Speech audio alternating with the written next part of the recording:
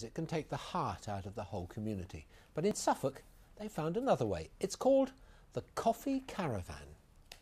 The village of Bruisyard was the destination today for the Coffee Caravan, or rather coffee vans. Thanks to a council grant, there's now a second one to take to the road. It's crucial that we somehow get back into villages this parish pump. You know, in days gone by, you're only passing the time of day in the post office queue or the bus queue or the village shop or the pub or whatever, but that was really important. It was a link with a fellow human being. And if you don't go out for any of those things anymore because you can't, you perhaps don't go out at all. They've nowhere to get information, just simple information. And if you live far away, you might not be going anywhere where there's a CAB, and you might not know who to ask.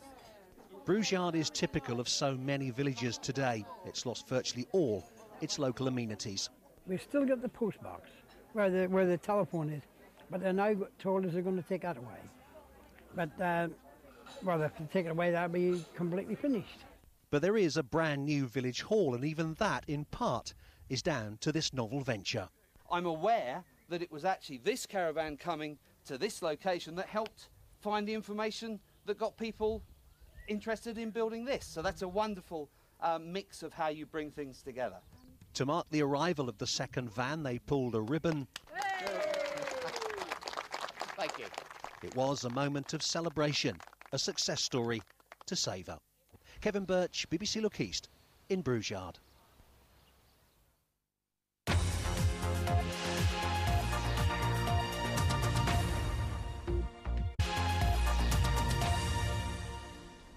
A great picture of Ian Poulter playing at the Masters. Now, there was a time when the golfer Ian Poulter made more headlines for his brightly coloured clothes than for his golf, but not anymore. He's already won a World Golf Championship. And you never know, this could be the year the man from Milton Keynes becomes the first Briton for a decade to win a major.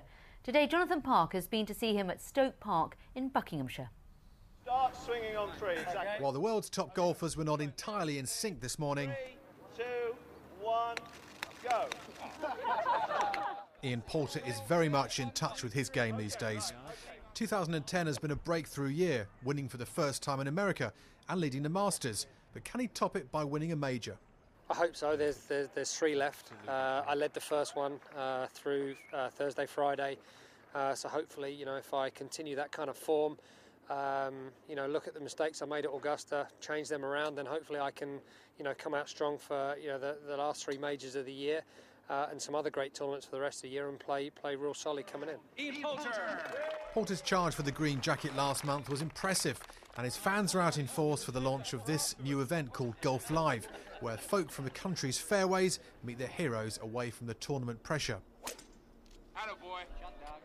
Poulter's been known for his clothes more than his golf. Is that going to change, do you think, now?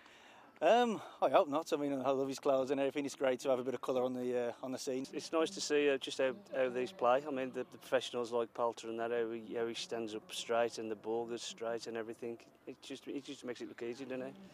In the Pro-Am alongside his good mate DJ Spooney, Poulter made light of a recent knee injury sustained playing basketball a little too enthusiastically. I think I played basketball for a bit too long. I thought I was 21 again, but it's still a little weak, but I'm hitting balls fine. I'm doing my gym, and it feels absolutely fine. Now, Poulter's set to be a key player in Monty's Ryder Cup plans. He's been a captain's pick in the past, but he's leading the Order of Merit this year, so he should be there on right. First known for his snazzy dress, Ian Poulter now wears the look of a man on a mission. No British player has won a major since Paul Lawrie in 1999. Don't bet against the world number 6 breaking the drought this year. Jonathan Park, BBC Look East, Buckinghamshire. Lovely to have him on the programme, isn't it? Now, out-of-hours medical care could be shaken up again under the new government. The new Health Secretary and Cambridgeshire South MP Andrew Lansley wants to see GPs take more responsibility. It will mean a change to the current system, which gives doctors a chance to opt out. Our chief reporter Kim Riley is outside one current provider in Suffolk. Kim. Yes, Stuart, I'm in Ipswich. This is where private company Harmony actually fields out-of-hours care. They won the contract back in April for 5 years. They won it after the demise of the much criticised Take Care Now. They're responsible for about a million people, in fact, in this region. Now, the Daily Mail interviewed the new Health Secretary this morning. Let's just show you the headline on the newspaper. you must cover out of hours, GPs told. Well, not quite true. The Department of Health told me there was no question of forcing GPs to go back and do out of hours cover. But Mr. Lansley does clearly believe lessons can be learnt from the past. In the village of Bildeston and 300 square miles around it, they do things the old-fashioned way. The 4 GPs at the health centre share out the out-of-hours duties. It means that 1 week in 4, partner Mark Hainsworth can be on duty for over 100 hours. Well, we're very lucky. We live in a stable community here, and people know us and know how we work. They also know that should they feel unwell at 4 o'clock in the morning, they can come and see us at 8 o'clock in the morning without having to battle with appointment systems as we run an open access service. Could this happen elsewhere? Could it be done? If you can do it, why can't others? Well, part of the problem with the new contract was that they changed it in order to increase the amount of daytime work that we had to do.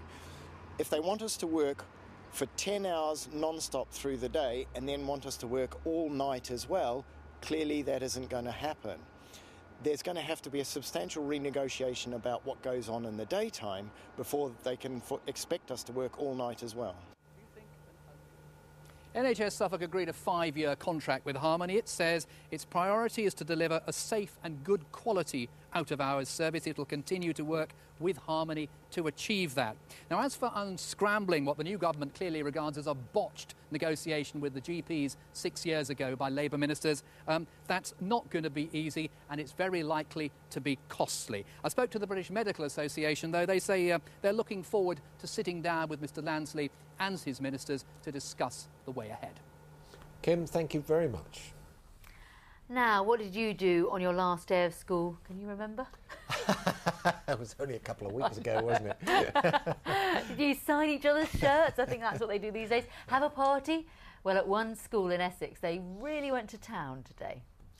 It was their final day of term before they start study leave for their GCSEs, and they made sure they arrived in style.